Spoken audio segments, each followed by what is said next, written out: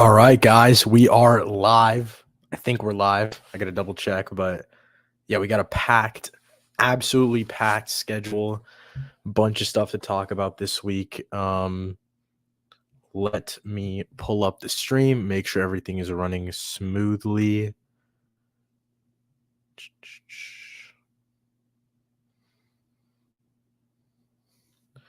But yeah, I mean, we have so much stuff to talk about this week. Hopefully, it does not show that I'm live on my end, so okay, there we go. Should be good now.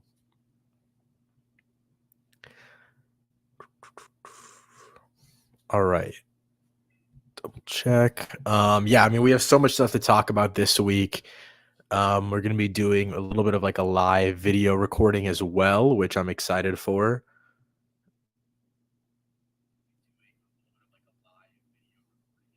Okay, that looks great. Let me add. Okay, so basically today we have a lot to talk about. So let me.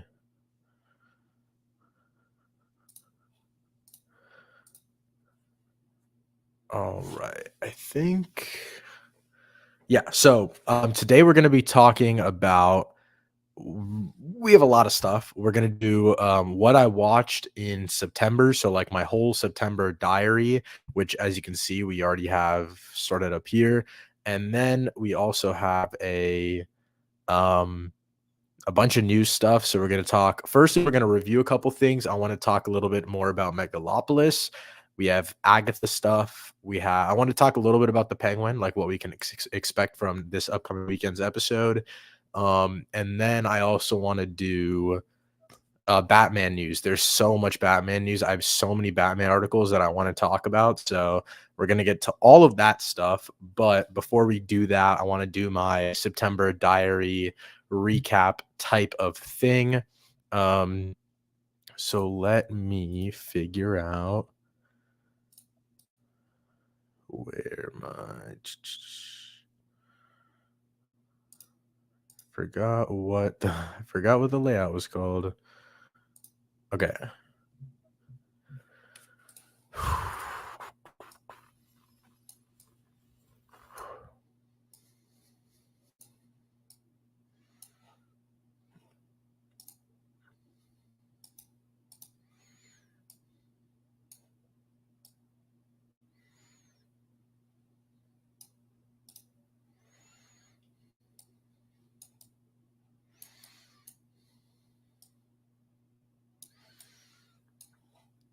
I'm not sure why I'm a little confused because my layout is acting a little weird, but we should be good.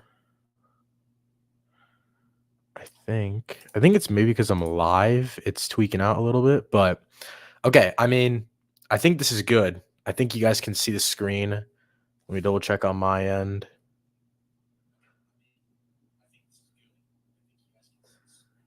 Okay, sweet. All right. A little more tweaking here.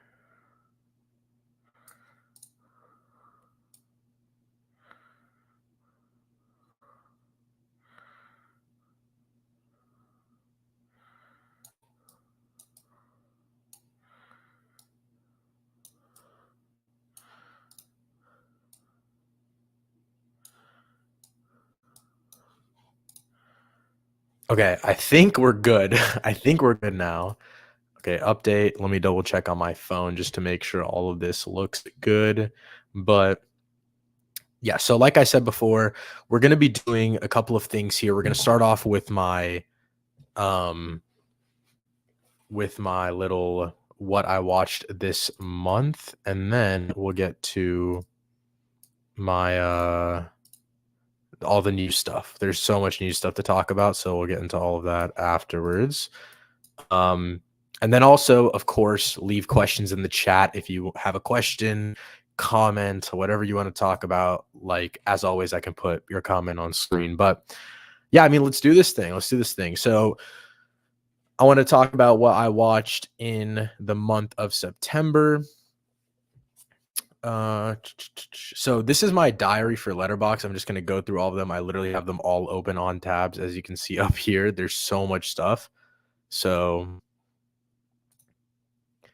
yeah, here's everything that I watched in the month of September 2024. So I started the month off with Beetlejuice. This was basically just in preparation for Beetlejuice. Beetlejuice, as you can see, my rating, I didn't really like this movie. I just don't really get the hype for it. I mean, I understand like it's fun, it's campy, it's cool, it has cool effects, but other than that, it's just not really for me. And then we have Harry Potter and the Half-Blood Prince. This one I was actually really excited to see just because, as you can see, I've seen it before. I've seen it more than twice in my entire life. This I got to actually see in theaters, and I thought I had missed watching some of the earlier films in theaters just because they were all running like back to back to back to back, like 7, 8 days in the week. But then I realized that some locations, some theaters were showing them at random times. So I got to see Half Blood Prince. 9 out of 10, as you can see, 4.5 out of 5, one of the best Harry Potter films. And then I saw Beetlejuice, which I got to see it at a press screening and I really enjoyed it. It was fun, but also it just doesn't like it does more than the first movie. That's why I like it more. It feels like something is accomplished by the end of the film. Like I feel like I can say that when talking about Beetlejuice, which is a good thing, obviously, but it also is lackluster in a lot of areas. It is messy inherently just because there's like 7 trillion storylines going on. And then we have Harry Potter, The Prisoner of Azkaban. This is another one that I got to see in theaters. This is my favorite Harry Potter movie by like a country mile. Absolutely love this film. And it's the best time travel movie of all time as well, in my opinion. And I feel like that might be a hot take, but man, does this movie absolutely rip, from the romance between Hermione and Ron, and then all of the personal stuff with Harry, the stuff with Dumbledore, and then the time stuff as well. And then I think Sirius Black is also just an absurdly awesome character. Every new character introduced here is amazing. And then I think Gary Oldman gives one of the most underrated performances in the entire Harry Potter franchise. One of my favorite performances / castings of all time. Yeah, this movie's pretty much perfect to me. And then we have Cloud. So this is where basically all of my TIFF stuff starts. So if you want to check out my ranking for all the TIFF movies, I have a full YouTube video on that. So check that out if you haven't already seen it. But started off with Cloud the first night at like 9 p.m., I believe. And I really enjoyed this movie for like the first third of it, and then it kind of just fell off for me. This is a Kurosawa film. Like, this is the guy that directed Cure, and I haven't seen it yet. I have it on Criterion, as I talked about on last week's stream, but I really thought I was in for a treat with this one. It just didn't really interest me. None of the concepts really interested me. And then the whole idea of like this reseller and them trying to go forward with that, trying to make it a modern twist on like being someone like legit in the selling business and having a heart when it comes to that kind of stuff, and like scammers and stuff like that. I found it interesting, but it didn't interest me like halfway through the film. And then we have The Substance, which I believe came out last week. I got to see it a couple weeks ago at TIFF, and I saw it at a Midnight Madness screening. I absolutely love this film. I have a full review on it. I think it's really, really great. Oh, I also did a podcast on this one very recently.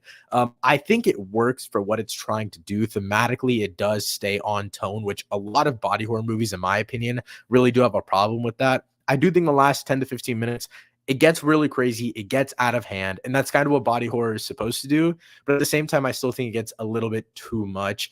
Margaret Qualley gives one of my favorite and one of the most interesting performances for me all year. I've seen Drive Away Dolls, Kinds of Kindness, and now The Substance. I think she is great in every single one of them. And then Demi Moore is obviously amazing as well. And then I saw The Life of Chuck. This is Mike Flanagan's new movie. It's not really a horror movie like we're used to seeing from him. And it's really interesting. The whole discourse around this movie is really interesting because I don't think it's bad. Like, as you can see, I give it 3.5 out of 5. Like, I think it's a really interesting film. I think it has a lot of interesting things to say. It's told in a backwards way, like act 3 to act 1, which is really, really interesting to me. But it's also, this movie won like the People's Choice Award at TIFF, which has an absolutely absurd like connection to the Oscars and movies that get nominated for Best Picture. But this movie still doesn't have a distributor, and it is we're end of September at this point. Like, it needs to find a distributor if it wants even a chance to get into Best Picture, which I don't even again, I think it's a 3.5. It's not a bad movie, but like you're talking like the best movies of the year. It's some of the best stuff like that we've like it's some of the best stuff we've seen in the decade, in my opinion. That's what the upper echelon of the year is. This is nowhere near that, in my opinion. And and then we have I the Executioner. Yeah, and then we have I, the Executioner. I wasn't able to pull up the synopsis for this movie, but it is a sequel, like kind of legacy sequel, I think, to a very popular South Korean film. And I really did enjoy this movie. Now, granted, I did watch it at like 9:30, 10 p.m. Like that's when my screening started. But like I say in my review, I think the second and third act are truly where this movie picks up. The first act absolutely drags, though. And so I found a lot of the, I guess, mystery to be entertaining, but I've seen a lot of their South Korean cinema that has basically taken this same premise and just executed on it way better. And so this one doesn't stand out to me as much. And then we have Honora, which in my opinion is one of the best films of 2024, at least so far. We're kind of winding down on this year, and it is in my top five. I don't want to spoil my entire top five, but this was my favorite movie that I saw at TIFF. It just screened at Fantastic Fest. Everyone is absolutely loving this film, and I'm so excited to rewatch it. I think it comes out in like 2 to 3 weeks at this point. So very, very excited for more people to see it. It won the Palme d'Or. It didn't really play. I don't think it placed in any of the TIFF awards, which is kind of underwhelming, but again, it also didn't have a million screenings like some other movies did. So yeah, I really loved Honora. You can check out my full review for in-depth thoughts, but Mikey Madison is my number one right now for the best actress race. And then we have Night Bitch. I didn't really like this movie, but I also just didn't really connect to it. Like, I understood exactly what it was going for. I understand exactly what Amy Adams was trying to say about motherhood, about the relationship between a wife and a husband and how that dynamic shifts once you have kids. I get all of it. It just the package that it came in, I expected it to lean a little bit more into the Night Bitch aspect of it. You know what I mean? I was really expecting it to go all in into like, let's go and let's do some like crazy shit. This movie didn't really do that. Also, I am going to get to all of the questions after I go through all of the movies. So I have seen the ballerina trailer, and I will talk about this question, like this comment, more in detail afterwards. And this is part of the news that we're going to be breaking down after this segment. So stay tuned for that. But next up, I have Honora. Next up, I have On Swift Horses.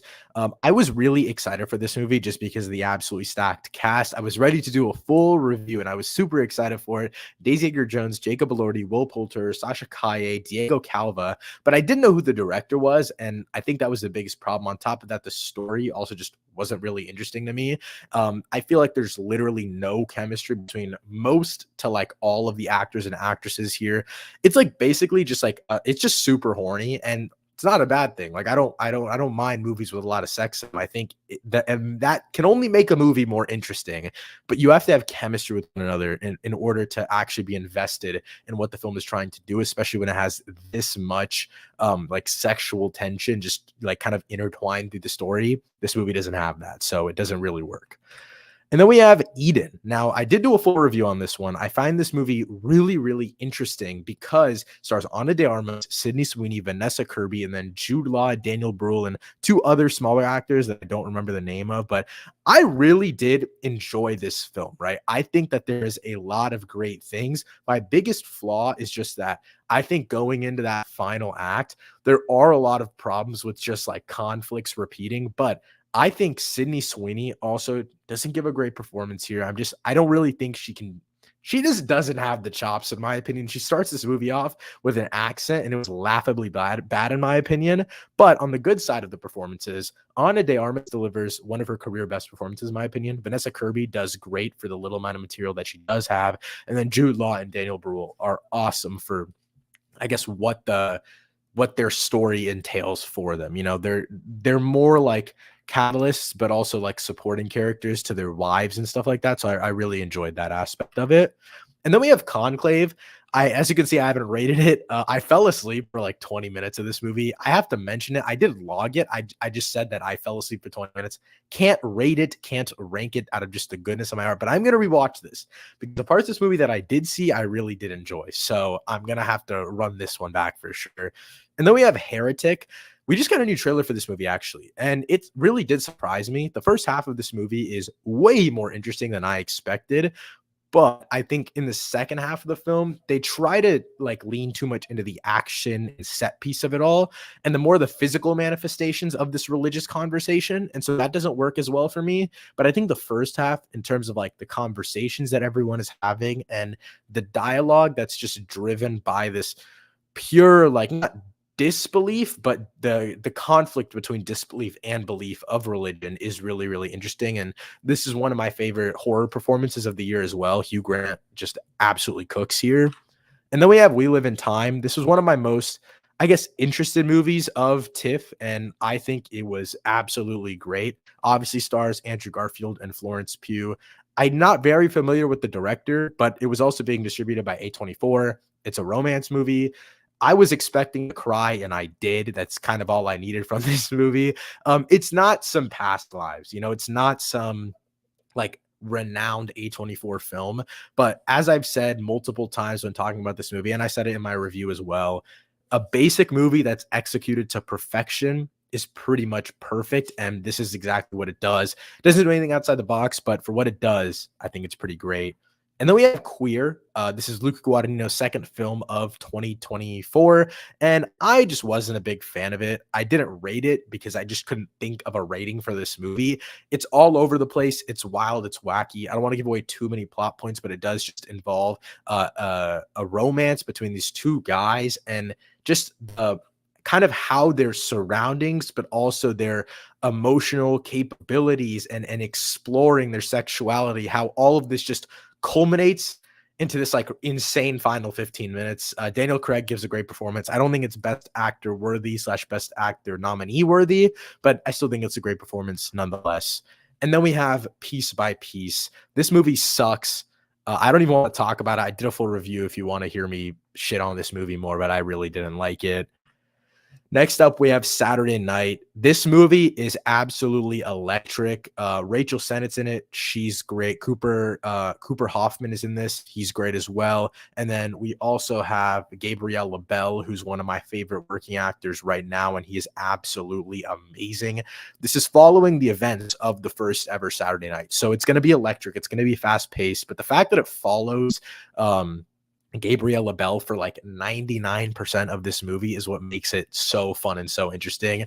It's also like a live countdown. Like you're starting at whatever minutes before showtime, and it ends at like 11:30 or midnight or whenever they go live, right? Like it starts then and then it ends with them starting the show. And it's just that process.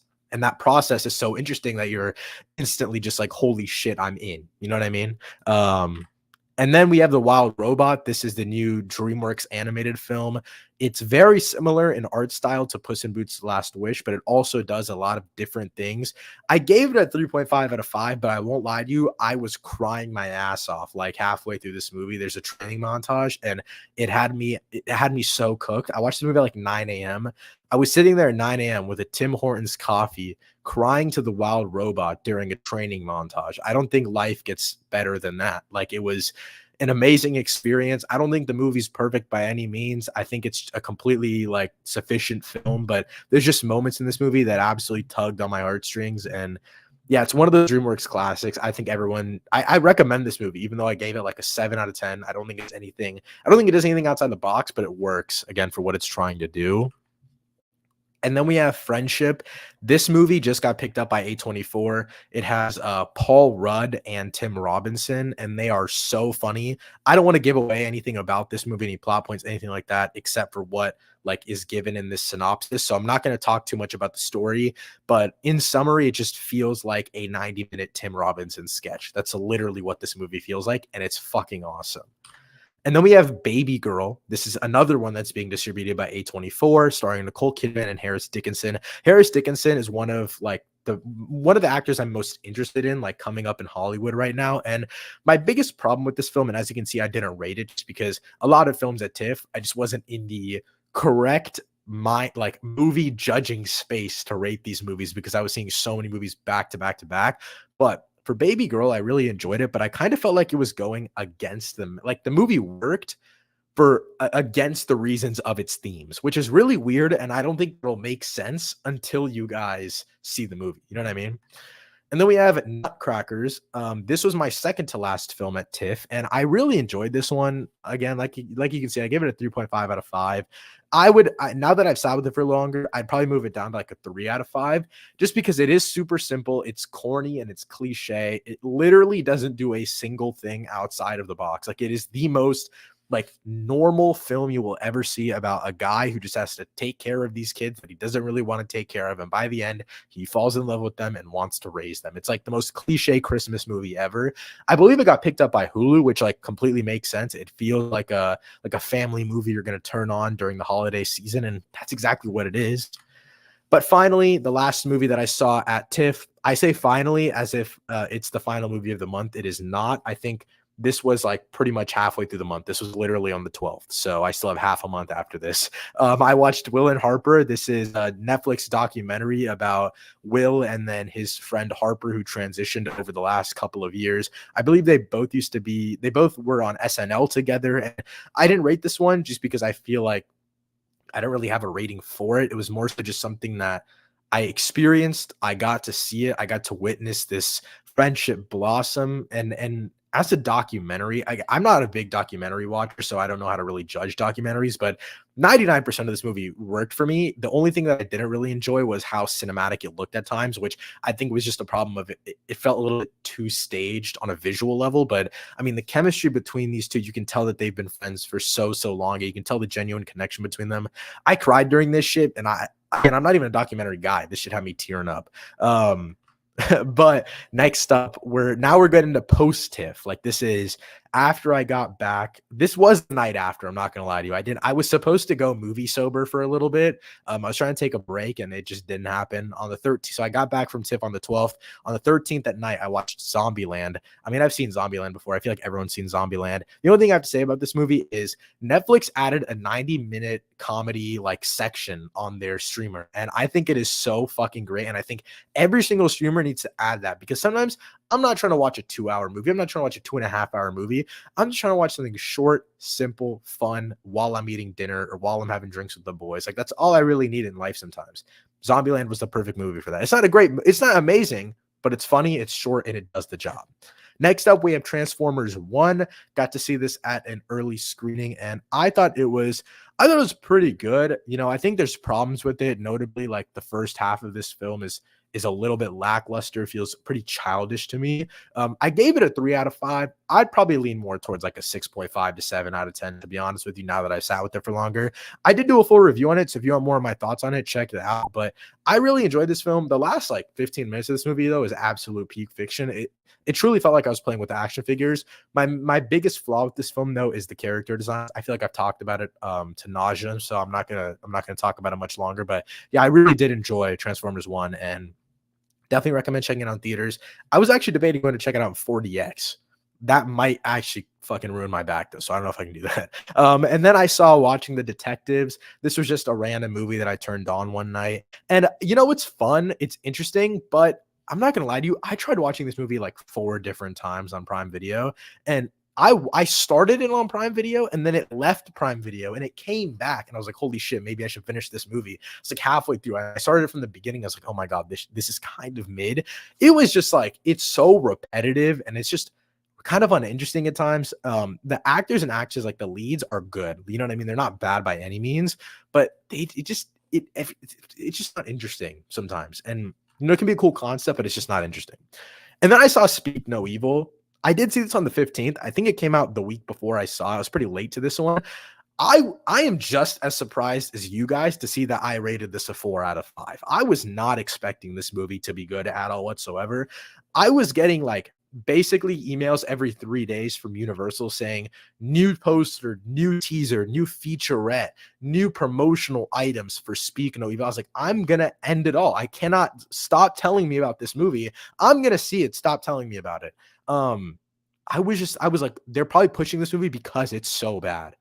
I mean, it's not the worst thing in the world. I really enjoyed it. I'm leaning like 7.5 out of 10, not necessarily a strong 8, but I think James McAvoy is just a fucking sicko, and I love it. It's like James McAvoy versus Twink Husband, and it's kind of peak. Next up, we have Civil War. Just doing my due diligence of rewatching a Kaylee Spaney movie. There's not much else to it. It's in my top 7 of the year. Absolutely love this movie. Next up, we have Batman 1989. This is my first time watching this movie, actually, and you'll see another Batman movie next up on my diary. I'm going through all the Batman movies for the first time. I mean, I've seen obviously every modern movie I've seen. I just haven't seen the Burton and then Schumacher films. So that's 4 movies, if I'm not mistaken. Watching through those 4 right now, just because I'm doing Batman content. I'm doing a Batman podcast where I'm doing a draft of all the Batman movies on my friend's podcast, and then I'm also doing a ranking for my own podcast after the Penguin of all the Batman projects, like pretty much ever released. So this shit is kind of mid though. And then I saw Batman Returns. I kind of like this one more than Batman just because it tries to expand the lore more. It tries to be more exciting. It tries to just be more comic booky. And I respect it being more balls to the wall. You know, I don't think it's great by any means, but at least it tries. I also think the whole Penguin thing is so fucking stupid. I hate. I'm so glad Matt Reeves is doing more of like a grounded thing, because I think this would be the definition of something that is super fantastical. Doesn't work for me at all. And then we have Batman Mask of the Phantasm. I did not rewatch this for the first, like, this was not my first watch. This was a rewatch. And not only was it a rewatch, I got to see this shit in theaters, and it was absolutely amazing. Mask of the Phantasm is one of my favorite movies of all time, let alone one of my favorite Batman movies of all time. I don't want to spoil where it goes in my ranking, but yeah, that shit's high as hell. Absolutely love this movie. I can't believe I got to see this in theaters. Like, that is so surreal to me. It's perfect. It's the perfect Bruce Wayne story. It's the perfect Batman story. And Phantasm is just such an aura-filled villain. Like, there's so much aura surrounding this. And I don't want to spoil the twist if you haven't already seen it, because holy shit. Like, my friend was sitting next to me. He was watching this movie for the first time. Jaw dropped when the reveal happened. He had no idea what was coming. And then I saw Whiplash, another old film that I got to see in theaters. This is my 3rd or 4th time watching this film. Absolutely love it. Damien Chazelle, still one of my favorite directors of all time. He absolutely cooked this one. And then I saw Megalopolis. Now, we're going to talk more about Megalopolis in just a second here, but I really enjoyed Megalopolis for what it was trying to do, but it's not without its flaws. You can check out my full review. I talked about it for much longer than I've talked about a lot of other recent movies, so that says something. You know, crazy theater experience. The dude, he did walk out like he was there. That was absolutely insane. And yeah, it's just a weird fucking movie. It feels like Francis Ford Coppola's magnum opus, and it feels like we're never going to get a movie like this ever again in the history of cinema and in the future of cinema. Like, nothing is like this movie. For better or for worse, nothing's like this movie. And then I saw Mild Ass at an early screening. Really enjoyed this film. Enjoyed it so much that I cried my ass off about 3 separate times. As you can see, I didn't rate it either because I was just an absolute shambles after watching this film. And then the final movie I watched in September, we still have a couple days left, but this is the last movie the last big movie theatrical release that I saw. I saw The Killer's Game in theaters. I caught up on this one. This one came out a couple weeks ago at this point, and it was still showing in my theater. And I was like, I want to go watch a movie. I haven't seen The Killer's Game yet, and it's not that good. Every performance is absolutely horrible. Even Dave Bautista, like, this guy in my mind could have done no wrong until The Killer's Game. This shit is ass. The direction's not that great. I think it's interesting on an action level. I just hope Dave Bautista, like, bro, go do another M. Night movie, please, because this cannot be the trajectory of your career. But guys, that wraps up my Letterboxd. But yeah, that does wrap up my kind of September movies watched recap. Let me know in the comments down below some of your thoughts. But yeah, I mean, that does wrap up my September watched that does wrap up everything I watched in September. Let me know what you guys watched in September in the comments down below. Thank you so much for watching. I'll see you next time. Peace. By the way, that was an outro for a video that I'm gonna put up on the channel. That I looked absolutely insane, I think, because I had to redo that intro like 3 times. Anyways, that was crazy. Now you guys know what it takes to make YouTube videos. So now we're gonna get into news. There is so much to fucking talk about. But before we do that, I want to go through all the comments. So it's made like the Memento. I believe you commented this when I was talking about Life of Chuck, and kind of, but like Memento does way more like on a timeline level and just trying to be like more like mind fucky. Like Life of Chuck doesn't take pride in its backwards storytelling, just uses it. I personally wasn't the biggest fan of Florida Project, so I'm unsure about Honora. They're not very similar. Like on a visual level, you can tell it's Sean Baker, but other than that, like story wise, this is you know, as someone who's grown up in Florida, Florida Project for me kind of just hit like hard. So I was like, okay, I was a little biased, right? But I think Honora, I'm super distant from the material that it's trying to talk about, and it still worked for me. So I don't, good and bad. Have you seen the new Ballerina trailer yet? Yes, I have, and it absolutely fucks. I'll show you my tweet of my thoughts. Pretty simple thoughts, to be honest with you. Nothing super crazy, but nothing you wouldn't expect from me. Let me share my screen.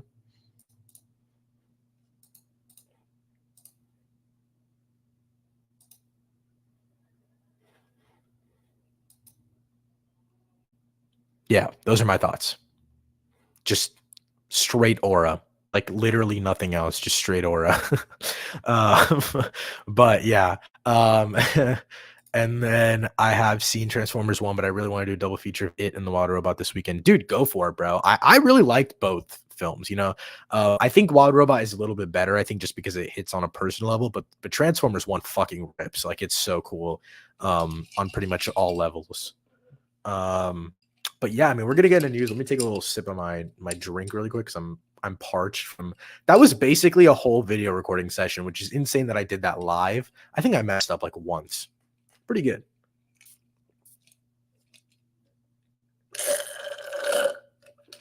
Okay. Did you hear the news of Hellboy the Crooked Man going straight to streaming? I did. I was never really interested in it. I'm not going to lie to you. I never really cared for that project. I've heard a lot of stuff about it. I'm not a big Hellboy guy, so it wasn't necessarily something I was like, holy shit, I want to see it in theaters. They just probably didn't have money to see that shit in theaters, or to put it out in theaters. And it was going to make $2 at the box office. I'm not going to lie to you. So I don't really know what, like, I don't really care. Like, it's cool. I mean, okay, here's the thing though. Like, obviously the problem was probably the distributor, and this is why we have companies like A24. This is why we have companies like obviously like any big studio, right? But also it's not going to make money. Like they probably seen the film and they were like, holy shit, this is ass, or holy shit, what is the market for this? The last Hellboy movie flopped. What are we even going to do? You know what I mean? What do you do at that point?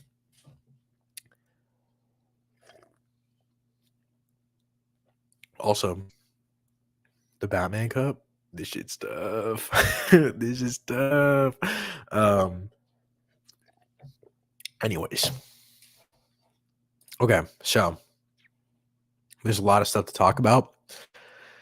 I don't know where to start. So let me run you guys down what we're going to talk about really quick. So we're going to talk about Transformers G.I. Joe. We're going to talk about the Batman Part 2 news. We're going to talk about Thunderbolts trailer, and we're going to talk about Agatha episode 3, which dropped last night. And we're also going to talk about Megalopolis. So I'm going to start with Agatha episode 3. So I saw this last night, dropped last night. I'm going to talk spoilers just because I feel like if you're watching Agatha, you've already seen it. If you're not watching it, you're not tapping in, and I wouldn't blame you if you're not tapping in. I'm literally only watching it for my work, like literally because I need to talk about this show for content. That is the only reason I'm watching this show. Episode 3, it's our first kind of exploration into the Witch's Road. I believe that's what it's called, and I believe what the rest of this show, from what this episode is they're going to be on the witch's road and they're going to have to go through a bunch of different trials. And I'm assuming throughout all the trials, like one person is going to die every single time. Again, I'm going to talk about spoilers. I'm talking about a death that happens in this episode. So if you haven't already seen the episode, click off, come back in like 3 minutes when I'm done talking about this show, because I really don't give a fuck to talk about it for more than 3 minutes. But yeah, okay. We're going to talk spoilers. This lady right here, this old lady, she dies by the end of the episode. And I think like one person's going to get killed off every episode until it's just the teen, which what the fuck is wrong with them? Why are they calling him teen? I mean, I get it. The spell, whatever. Oh, I don't know if you guys saw the Funko Pop leaks. I'm not going to spoil what the Funko Pop leaks are, but I've seen the leaks and they're pretty fucking stupid. Not that they surprised me by any means, but anyways, yeah, I think Teen and Agatha are going to be the only ones left after the Witch's Road, and then they're going to face off against Aubrey Plaza's character. Which, can we talk about that first episode? Because why the hell did Aubrey Plaza just let them go and be like, I'm not at full power. Like, I'm not at full power. Like, you wouldn't like it if you killed me right now because I'm not at full power. Like, that's the stupidest shit ever. That's so dumb. Like, the whole excuse for your show is, okay, she wasn't at full power, so now we have like 7 more episodes. That's so stupid to me. Anyways, yeah, I mean, other than that death, there was really nothing to spoil. So welcome back, anyone who clicked off because of spoilers. Agatha as a character just isn't really intriguing to me. There's really no stakes, and they're trying to ride off this mystery like it was WandaVision, and the difference is, and even like retrospectively looking at WandaVision, we can see that hype was a lot of the intrigue of the show.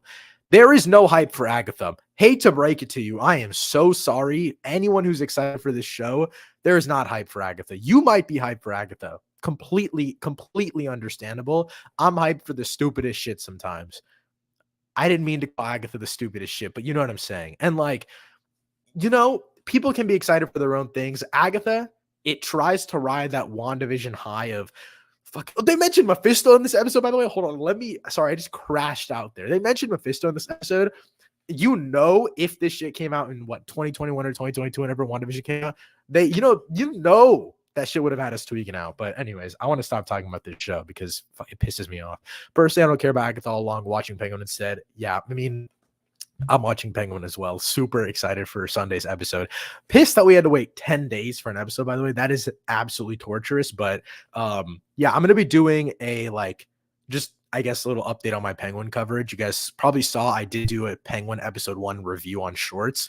And then I also did upload a podcast review. It was like 25 minutes with my friend. And we did the whole, we recapped the whole first episode, talk spoilers, break down everything, and then theories and stuff like that. So my coverage plan for Penguin is every single week. I think it's 8 episodes, if I'm not mistaken. I'm doing 1 review a week on Shorts. So episode by episode, we're going to be doing a review, full spoilers. And then mid-season, I'm going to be doing a podcast, and I'll do a live stream dedicated to just the Penguin and the Batman stuff. And then episode until the finale, like shorts until the finale. And then for the finale, I'll be doing either a live stream or a full like Penguin discussion. I'm going to do a full review, like whole season review, but then another discussion for like the future of the Batverse and stuff like that. And then on top of that, I'm going to do a podcast episode, 1 reviewing the Penguin and then 1 for the future of the Batverse. So it's just going to be fucking Batman and content overload. Like I think it's November 10th is the Penguin finale. So super excited for that. In terms of MCU stuff, I'm intrigued by Cap 4, Thunderbolts, and Fantastic Four, holding out hope for Daredevil Born Again. With that being said, Thunderbolts mention, let's talk Thunderbolts because we got a new Thunderbolts trailer a couple days ago at this point. Let me see when it dropped. September 23rd. That's 3 days ago. I did not realize that was only 3 days ago. But yeah, so we got a new Thunderbolts trailer. Super excited for this. Like it's looked way better than I expected. There's a couple things that I kind of wanted to go through here. I'll go through this real quick. Yeah, I just downloaded the Penguin. I'll watch it all at once. Streaming has ruined me. I honestly like the week to week. Like I love the week to week. And you know what, Arpit, I will say, I do recommend watching, try to watch Penguin episode 1 by itself. Like I think you'll really enjoy the week to week of waiting a little bit because the Penguin from okay, so I've only seen the first episode, but a couple of my friends who are part of like press stuff for Max and stuff like that, they've seen all the episodes or like 4 episodes or whatever like number they were given. And they say that every single week the story just gets exponentially bigger and bigger and bigger. And so I think the weekly release will work in the benefit of your watching experience because they build so much and then you wait. And then they build so much and you wait and you build so much and you wait. So I don't think it's going to be a lack of world building, which is usually my problem with streaming shows of they only do so little. Like Agatha, for example, it's like they did so little in the newest episode. They literally went through like one little like trial and it was so stupid and so uninteresting to me that I'm like, I don't care to wait another week. I could just not watch the show if I didn't have to cover it. Whereas the Penguin, I'm truly like, holy shit, I'm so excited for next week because the episode, like last week's episode, felt so long, so jam packed, literally full to the brim, overflowing low key by the end. There was just so much like great stuff going on in the Penguin that I was like, oh my God, I can't wait for next week. So for the Penguin specifically, I would 100% recommend trying to tap in week to week if you can. But yeah, let's talk about this Thunderbolts trailer. I really, really did like this trailer. I haven't seen like the full thing, like audio and everything. Like I've seen parts of it and like clips. I've seen every part of this trailer, just not together. Like I haven't seen like when you're watching a trailer and it kind of gets you hype as fuck. You know what I'm saying? Like I never saw it in that way yet. I'm waiting to see it in theaters to do that. Just because I'm not really breaking it down, but I've seen literally every single still. Yeah, I mean, there's not much like to really like I don't know like the dialogue and stuff like that. I haven't like heard it. That's also why I literally have it muted right now because I'm trying to save it to see it in theaters. But couple notable things to talk about, I guess. One of the big ones for me personally is Bucky. I think Bucky has done really, really well in this, like visually in the way that his dynamic looks with all of these characters. That is super intriguing to me, and I'm super excited to see not only where his character goes, but how his character interacts with these other characters. Because Sebastian Stan has, in my opinion, truly elevated his like acting level since he started in the MCU. And so, yeah, I'm really excited to see where they go from here with that. What's his name? Oh, fuck, I'm forgetting this guy's name. Agent 13. What is this guy's name?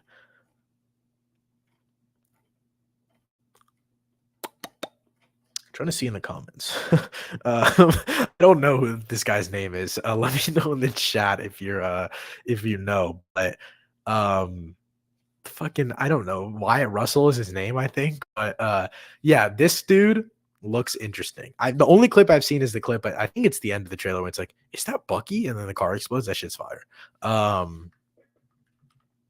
Okay, this scene looks fucking awesome, bro.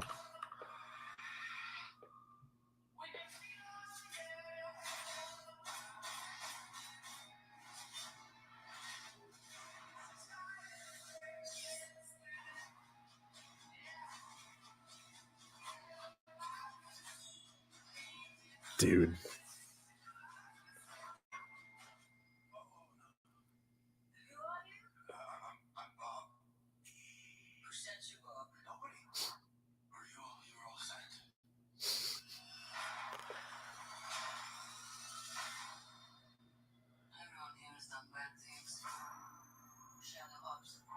Okay, I gotta stop watching. I'm trying to save it for theaters. Okay, so that's my favorite sequence of the entire trailer. Also, the only sequence I've seen in full. The main thing I want to know is, first of all, let's talk about how bullshit Peyton Reed has what's it called? Like done the Ant-Man characters so dirty. Ant-Man is so cool in all the movies that are not Ant-Man, like other than the first Ant-Man movie, obviously. Look at Ghost here. Ghost is cool as shit. And she's so lame in Ant-Man and the Wasp, in my opinion, at least. But yeah, I mean, I really enjoyed this trailer. Bob is obviously Sentry. You know, I'm very pissed off at the whole Stephen Yeun thing because if he was Century, man, I would have ate that shit up. But I love this guy. I believe this is the guy from Top Gun Maverick who plays Bob, I think. Like in Top, let me double check. Top Gun Maverick. Lewis Pullman. Yeah, he is. He is. He is. Okay, that is him. Okay, yeah. Um, Bob, double Bob. That's kind of tough. Yeah. I really, I think it's cool. I think it's interesting. I'm interested to see a suit. That's the biggest thing. I wish Steven Yeun was still Sentry. Yeah, that's my biggest, not like, I guess annoyance with the movie, but I mean, I think Lewis Pullman will still be great. I'm not saying he's not going to be good, but yeah, and I'm really excited for this whole story that they're going for. All of it does seem very, very, very, very interesting to me. Um, yeah, I don't know. Overall, I will say I think this is a great trailer, and I think that there is a lot of potential with this, and I think that Marvel might be cooking. But let's talk next up about Transformers. Transformers GI Joe crossover is happening. That's what they're saying apparently. Um, so first news is obviously about the Transformers 1 sequel. And I believe it is the producer who says, well, we're going again, subject to success. We're going to do a sequel to this, and there will be an animated version, and it will exist completely separately to whatever we do live action. The next live action movie will be a crossover. Okay. So obviously, Transformers 1, I don't think it's doing amazing right now. Let me Transformers 1 box office. Yeah, it's not doing that well right now.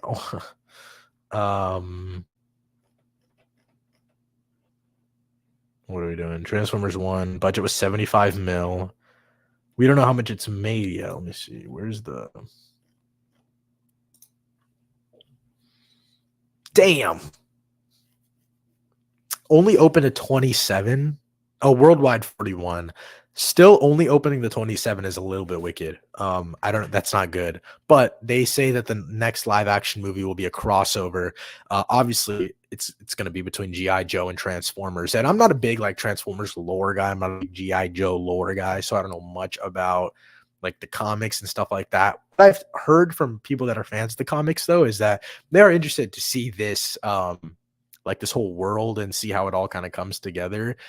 I'm interested in it. I don't think it's going to be a great movie. Like I don't if it's the people that did Rise of Beasts, it's not going to be a great movie to be completely honest with you. But I think that it can at least be an interesting like concept. You know what I mean? But I really do hope Transformers 1 does do good. I think the biggest problem is the marketing. And even if they don't make all their money back and stuff like that, I still think they should go for, because like you think about the like purely fan reception of the movie, like purely like what is working and what is not working. It's kind of working. You know what I mean? Like people are really enjoying this film. It's getting pretty good like reception in terms of people who are seeing it. A lot of people are liking it. But next up, I want to talk a little bit more about Megalopolis. So let me find my review. Yeah, this is my review. Trump could definitely not make this movie. The reason I say this is because in the Q&A between before the movie, which we saw, it was like a live stream from New York Film Festival, Robert De Niro said Trump could not make this movie. And I agree. This is just fucking insane. Okay, before we get more into Megalopolis, the only thing I like about G.I. Joe's Snake Eyes, I haven't seen the new Snake Eyes movie. You're talking about the new one, right? Let me see. You're talking about this one? Are you talking about this movie? I've never seen this movie. I've only heard bad things. Yeah, my friends did not like this shit. Anyways, yeah. So Megalopolis. The only reason I want to talk about Megalopolis is because I just want to take this time. I'm not going to do a full review because I already have a full review on the channel. I want to take this time to let you guys know, go watch this movie if you can. You know, I can't in my right mind not recommend this film. It is insane. Like it's absurd. This synopsis in and of itself is just absolutely bonkers. And you might think, oh, this synopsis sounds like it's super just like convoluted and there's too much going on. Yeah, that's exactly what it is. Like that is exactly what is happening. Like it is way too much going on at once. There's nothing of cohesion. but that's kind of what makes it cool. Like that's kind of what makes the movie fuck a little bit. Like it goes kind of crazy. Everyone kind of feels like they're in a different movie here, but it kind of works. Adam Driver is the carrying part of this entire film. Like he's absolutely cooking here. There is, let me see, Giancarlo Esposito, he's good. Okay, here's the thing. Natalie Emmanuel, she low key could not act in this movie. Like she was like there was moments where she had good chemistry with Adam Driver, but I think Adam Driver carries the acting portion of that. There was moments where I was like laughing at her line delivery. It wasn't good. It wasn't good. Aubrey Plaza plays a WoW Platinum, greatest character name of the decade so far. Shia LaBeouf, I'm not going to comment on that. Next. Okay. Final thing to talk about on the live today. We have some Batman news. We actually have a lot of Batman news. Let me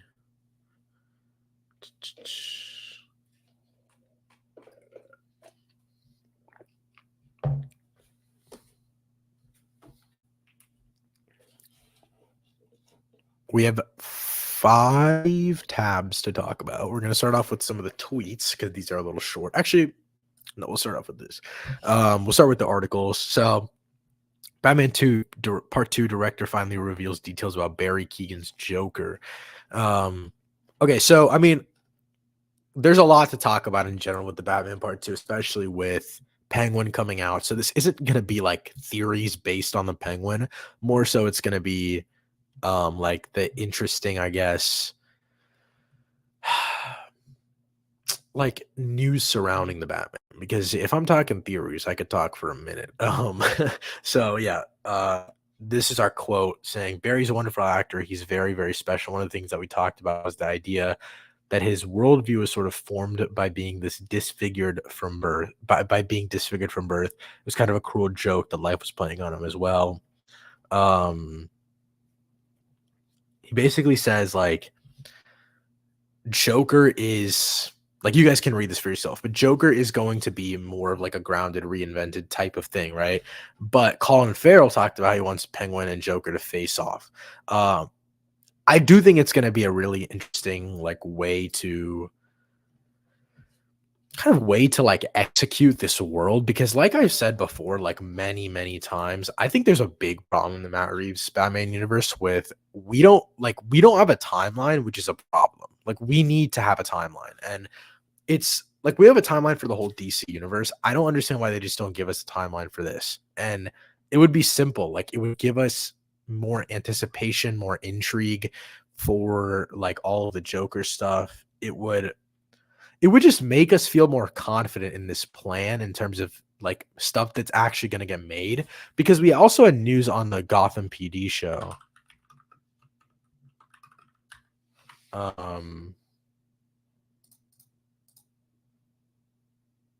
Okay, yeah. So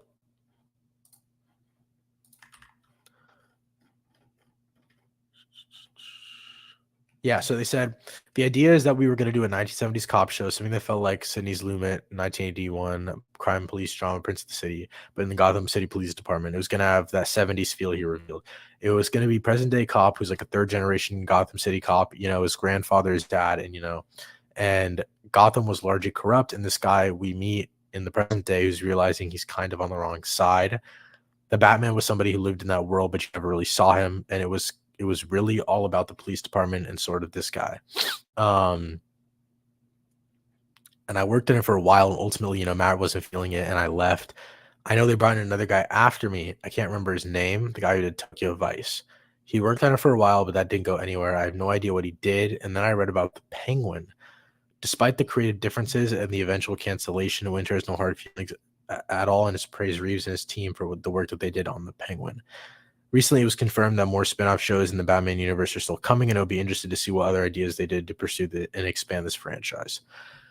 This is really frustrating to me just because, like, I wish they would just tell, like, they say this and it makes me scared because I'm like, what the fuck are they cooking? Like, what are we going to do? Because you can't just, Like, you can. I mean, they did do it, but like I'm I'm not gonna lie to you. I'm in the upper echelon of people that are dick riding Matt Reeves. Like I'm top 0.2% right now.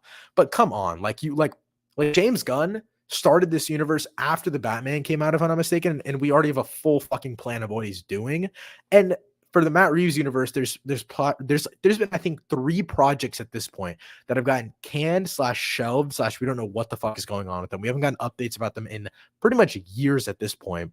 The Penguin is out now, which great sign, but they started filming and stuff, I believe, like the day or like a little bit after James Gunn and Peter Safran took over. And it's like, okay, that's still like a project that was they already put so much money into pre-production that you don't know what's going to happen after. Obviously, the Batman Part 2 was like kind of like made during the James Gunn Peter Safran era, but it's like, what are we doing after this? So where are we going from here? Because it's not fun to just sit here and dick ride Matt Reeves and then not know what's going to happen. Like I'd kind of like a little bit of explanation. That's all I ask for, guys. Another report, the Penguin was originally the first act of the Batman Part 2. That is super fucking cool to me. Like I mean, I'm glad they didn't do it because now we just get more story progressing forward. But so this is kind of what I want in whole Batman universe. Like I said before, I'm pissed that we don't know what's going on, but boo-hoo, they don't give a shit about me anyway. I will say though, I think what they do for the Batman Part 3 is, okay, what was going to be our prelude? Like what was going to reintroduce us into this world?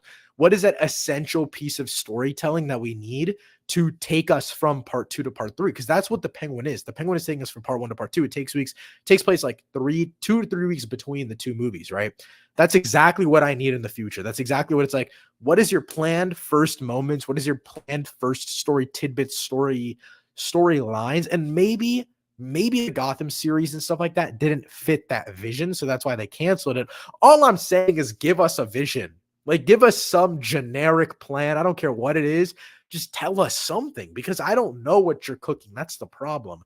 I'm dick riding. I don't even know what I'm dick riding for. Like it's crazy to me. But again, this is a really interesting report because I wonder what the like. Obviously, I think they're going for Court of Owls. Matt Reeves did talk about that, and I'm not going to just scroll through and try to find the tweet because I think it was like late last week, I believe. But someone asked Matt Reeves about Court of Owls, and he was like, "I can't comment on it in case we do it." And if I comment on it, then I'm spoiling it, and then it's not like because Court of Owls is on a technical level supposed to be a twist of like, holy shit, Court of Owls, you know what I mean? So that's what it's supposed to be. And so if there is a little thing like in between, that might be something that they want to set up in a series, right? That might be something that they want to build up to. And again, I think that's another great series idea. Next up, okay, so now we get to the tweets. We have 3 tweets. Some of them are good news, some of them are bad news. One of them is bad news, 2 of them are really good news. So Matt Reeves said, it's funny, as Matt and Tomlin and I are finishing writing the second movie, the thing I always think about is how Batman is not just trying to do something for the greater good. It's the only way he can make sense of his own life. In a way, it's saving him. Let him cook, bro. This is exactly what I need. You know what? I will bitch and complain all day about how Matt Reeves and James Gunn and people at the DC universe are not giving us a complete Elseworlds plan. But also when I hear shit like this, I'm kind of like, yeah, I'm so glad that Matt Reeves has Batman in his hands, that I'm glad that no one else is doing this right now. This is just perfect. Like this is after I just got, like I mentioned earlier in the stream, I just got to watch Mask of the Phantasm in theaters for the first time in my entire life. And that movie is the perfect Bruce Wayne Batman story. Like literally the perfect combination, the perfect movie for these individual characters and everything in between. Phantasm, so much aura, like I can't even describe it. That's one thing. That is the only thing I need in the Batman Part 2 is a villain with a little bit more aura, a little bit more like bruteness to him. And like that's the only reason that's my only complaint, my only need, like a more aurified villain, is because I know Matt Reeves understands the character because of this fucking quote. Like you know what I mean? Like he gets it. You just know it. All right. And then next up says Matt Reeves says Michael Giacchino promised him he's returning to score the Batman Part 2. He said, "Look, I will always make sure that even when I'm directing, I'll write music for your stuff." He's coming back, guys. He's coming back, and they're cooking. I am beyond excited to see what Michael Giacchino cooks up. I believe Michael Giacchino's son did the score for the Penguin, and it fucking rips. It's so good. And yeah, I mean, I'm just really, really interested to see what the Batman 2 score kind of elevates to, especially after seeing the first episode of the Penguin. I really do find it interesting of like, holy shit, they're bringing, not only are they bringing like characters and visual language in this world into like what's going on, but they're also bringing every technical element, like every single bit, like every piano, violin note, everything that's going on in the Penguin series feels directly plucked out of the Batman. And then that's not even Michael Giacchino. Like obviously that's his kin, but like it's not Michael Giacchino. Now imagine when Michael Giacchino is evolving his own fucking score. Oh my goodness gracious. Don't even get me started. Now, this one makes me sad. Okay, Matt Reeves says he isn't sure if Greg Fraser will return as cinematographer for the Batman 2. I certainly hope that the timing will work out, but I actually don't know. This is the type of shit to make a guy kill himself. This is the type of shit to make me want to sit on the edge of the building because, there are other cinematographers out there. I could list a whole list of people that could make Gotham look pretty as shit. But man, does the texture just pop with Greg Fraser. Man, does Greg Fraser just knows how to do it. And I still think the Penguin looks great, even though it's not Michael Giacchino. I mean, sorry, even though it's not Greg Fraser, the Penguin looks awesome. Gotham looks a little weird in the daytime because I know in the movie we only saw sunset, sunrise, and night. But man, it still looks good. So I have no doubts that Matt Reeves knows what cinematographer to pick. But I mean, dude, you're looking at all of his Planet of the Apes movies. You're looking at the Batman, and you're like, who works better with Matt Reeves than fucking Greg Fraser, man? Who does it better? No one does it better. But yeah, I mean, that pretty much wraps up all of our news. I'm excited. I'm excited for the next couple weeks. There's so much shit. Weekly, the Penguin is kind of what's keeping me alive right now. But that news about the Batman Part 2, man. I mean, there's good stuff and there's bad stuff. But that pretty much wraps up all of my kind of news breakdowns for the week. I know we didn't really do much of a Q&A type of thing this week. So if you guys have any like last minute things I want to leave in the chat, go for it, and I'll try to get into it really quickly. But yeah, I mean, it was a lot of news, a lot of just stuff to talk about, and then obviously did the September diary as well, which is always very lengthy. But next week I'm going to be trying to do some sort of like more news based and more conversation, more like Q&A based. Have you seen Warrior on Max? I have not, but I've heard of it. And is it the same guy from Snake Eyes? I don't know, to be honest. That might be a crazy accusation, but I have not seen Warrior on Max. I think I've heard of it. I think. But yeah, I am excited for Dune Prophecy. Well, I'm excited, but like it kind of looks like shit at the same time. So it's double-edged sword here, but I should hopefully be seeing it early, so I'll drop a review and stuff for you guys as well. Dune Prophecy kind of looks mid as hell, but it's part of the Dune universe, and I think it's canon to the Dune movie. So I'm gonna have to tap in so that when Dune Part 3 comes out, I can rank all the projects. The guy plays Storm Shadow and Snake Eyes. Called it. I haven't seen the show, but looks interesting enough to me. I might have to tap in. I'm not a big show guy.